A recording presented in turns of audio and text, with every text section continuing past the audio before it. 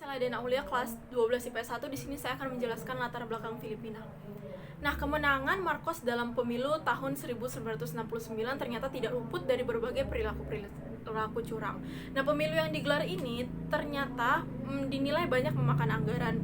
Dan juga bukan hanya itu, Marcos ini dinilai mencuri suara dan bahkan dia juga dinilai melakukan penyalahgunaan terhadap keuangan negara Filipina yang menyebabkan Filipina ini terdampak inflasi dan devaluasi yang tinggi. Nah, akhirnya karena Filipina ini tidak ada kemajuan, para pengamat politik ini mulai bersatu dengan partai-partai politik. Mereka mempersatukan diri untuk menentang Marcos. Tokoh oposisi yang paling terkemuka saat itu adalah Benigno Aquino. Nah, kemudian dalam menghadapi situasi semacam itu, Marcos ini pada tahun 1973 mengeluarkan Undang-Undang Darurat Perang, di mana isinya adalah hak berekspresi dan hak berpendapat rakyat itu sangat terbatas. Dan kemudian media massa itu tidak boleh mengkritik, dan kalau misalnya mereka itu mengkritik, mereka akan ditutup oleh pemerintah. Pokoknya semua itu harus sesuai dengan apa yang Marcos inginkan. Mulailah dari situ Marcos ini mendapat kritik dari berbagai aktivis, dan karena serangkaian kecurangannya itu membuat kemarahan besar di masyarakat. Kemudian masyarakat ini menuntut agar Marcos menurunkan jabatannya atau melepas jabatannya sebagai presiden. Nah, selain itu, latar belakang dari dilakukannya People Power Filipina ini adalah dibunuhnya salah satu tokoh oposisi, yaitu Benigno Aquino. Terima kasih. Halo, saya Desinta Solina dari kelas 12 IPS 1. Saya akan menjelaskan tentang kronologi People Power di Filipina. Pada tanggal 21 Agustus 1983, terjadi penembakan terhadap Benigno Aquino Jr. yang merupakan pimpinan golongan oposisi Filipina. Ia ditembak saat balik dari tempat pengasingannya di Amerika Serikat. Dalam buku Krisis Filipina, Zaman Marcos dan Keruntuhannya pada tahun 1988, karya John Bresnan, peristiwa penembakan Benigno Aquino Jr. mengakibatkan perlawanan terhadap seluruh golongan oposisi di seluruh pelosok negeri. Bahkan sebagian sekutu pemerintahan berbalik untuk melawan Ferdinand Marcos pada tahun 1986.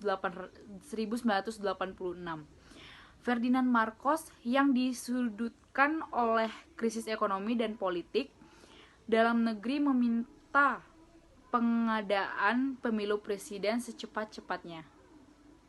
Terima kasih. Oposisi dan masyarakat anti Ferdinand menyatukan kekuatan untuk memenangkan Corazon Aquino dalam pemilu ini. Pada pemilu 1986, Ferdinand telah melakukan intimidasi dan kecurangan terhadap suara masyarakat. Hal tersebut mengakibatkan kemarahan golongan oposisi dan rakyat Filipina karena mereka menganggap bahwa Ferdinand telah melakukan pengkhianatan terhadap demokrasi dan kemanusiaan di Filipina. Pada tanggal 22 sampai 25 Februari 1986, masyarakat Filipina melakukan aksi demokrasi terbesar-besaran untuk menolak hasil pemilu. Demonstran berkumpul di Epiano de las Santas Avenue atau EDSA yang merupakan pusat politik di Filipina. Demokrasi yang berlangsung secara damai ini akhirnya menggulingkan rezim Ferdinand Marcos pada 25 Februari 1986. Cory Aquino dan para pendukungnya mengumumkan berakhirnya kediktaran di Filipina dan gerakan People Power tanpa pertumpahan darah dan telah menang. Akhirnya jutaan orang dalam gerakan People Power atau aksi damai tak berdarah itu menjadi salah satu rangkaian revolusi EDSA yang berhasil menurunkan Ferdinand Marcos dari jabatan Presiden Filipina. Tepat pada tanggal 25 Februari tahun 1086, Ferdinand kemudian pergi mengungsi bersama keluarga dan sekutunya ke Hawaii, Amerika Serikat. Nama saya Denita Ivana Nenggolan, saya dari kelas 12 IPS 1. Di sini saya akan menjelaskan dampak kedua dari People Power di Filipina. Akhirnya setelah Ferdinand Marcos mengungsi karena kekalahannya, akhirnya Ferdinand Marcos beserta keluarganya dan sekutunya mengungsi ke Hawaii di Amerika Serikat. sehingga ini menimbulkan dampak yang sangat positif bagi warga-warga di Filipina. Semua masyarakat di Filipina mendapatkan dampak positif dari terjadinya people power ini, yaitu mereka menjadi bebas berpendapat dan bebas berekspresi. Akhirnya masyarakat di Filipina mendapatkan hak kewarganegaraan mereka kembali. Kemudian yang terjadi kepada Corazon Aquino adalah dia menjadi presiden wanita pertama di Filipina yang menggantikan Ferdinand Marcos karena Ferdinand Marcos telah kalah dan telah dilengsarkan. Ini semua berkat gerakan People Power Filipina dan atau bisa juga disebut dengan revolusi EDSA. Saya Natasha Salsabila. Saya akan menjelaskan mengenai tokoh-tokoh yang terlibat. Yang pertama itu ada Ferdinand Marcos. Ia merupakan seorang presiden ke-10 Filipina pada tahun 1965.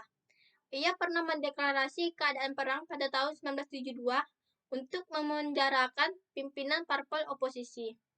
Lalu turun jabatan sebagai Presiden Filipina pada tanggal 25 Februari 1986 karena banyaknya kecurangan dan kekejaman yang dilakukannya pada masa jabatannya. Yang kedua ada Benigno Aquino. Ia merupakan tokoh yang gencar mengancam pemerintahan Presiden Marcos. Ia seorang oposisi Marcos dan pro-demokrasi. Ia pernah dituduh menyusun rencana pengeboman Plaza Miranda dan dijebloskan ke pengadilan militer dengan tuduhan subversi. Lalu ditembak mati setibanya dari pengobatan jantung. Yang dalang dari pembunuhan tersebut adalah Ferdinand Marcos. Yang ketiga ada Corazon Aquino. Ia merupakan istri dari Benigno Aquino.